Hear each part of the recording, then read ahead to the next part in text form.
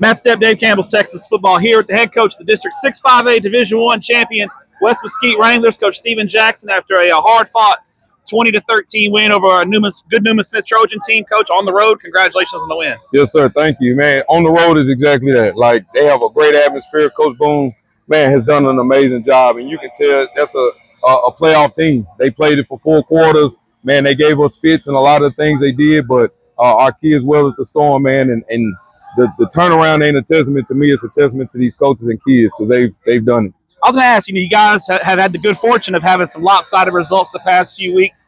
And tonight you got to see how your kids responded to some adversity and getting punched back a little bit. I know you got to watch film and clean some things up, but you got to be pleased with just how your kids handled adversity in a tough environment, because this was kind of a playoff-type game with district title implications, the kind of game that you're going to have to win later on if you want to make the kind of run you guys want to make, right? Yeah, no doubt. And you can kind of – I look around the state at some of the teams that schedule those tough non-district games, and you see why they do, so that your kids don't get so comfortable with big wins every week, because it's never like that in the playoffs. And I think tonight showed that. Like, our kids showed that they can play 4 quarters of football, even in tough situations, even if we got to battle against the refs at times. Like, they showed they can do it. Let's start with your defense. I thought they had a great game overall, containing a really good running back, really elusive running back there in Harrison. Defensively, especially in the second half, you kind of contained their running game and forced them into some third and long situations. Were there any adjustments that you guys made at halftime, or was it more Coach Watkins and the defensive staff just executing a little bit better the game plan? Yeah, I think part of it, Coach Watkins had a great game plan going in, and I think if your game plan is good, you don't make a ton of adjustments. Our defense preaches is that run, communicate, run, and hit.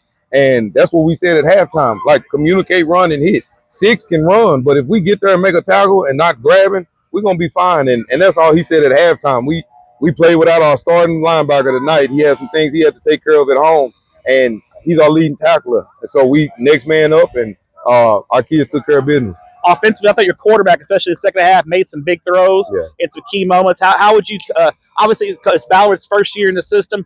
We're in week 10. How do you feel like his progression has been throughout the year? He's the leader of our team, and it shows in everything he does, how he operates, how he carries himself. He threw a pick on that first drive, didn't hang his head. I chewed him out. He said, "Yes, sir, I got you." And from then on, it was business as usual. And I think he's a big reason for our success. The kids follow him. And then obviously let's talk about Greg Gibson the second. What a tremendous game from him tonight. He had an 82-yard touchdown catch. He had 2 interceptions. One that stopped it. They were in the red zone, threatening to score. He stopped that drive. And he had another one when they were throwing into the end zone, and then he blocks a field goal. Saved your defense a few points there with some big plays. He's special on both sides of the ball. That's why he's getting some of the recruiting attention. What makes him such a special guy to coach? He's a football kid. Like, he eats, sleeps, and breathes football. Sometimes you got to convince kids to come to practice. G2's the first one at practice, and it shows in how he approaches the game. He has fun playing the game, and a lot of kids nowadays don't have fun. They just playing it to get scholarships. He playing it because it's fun, and it shows in his game. He's a special talent. You got one more.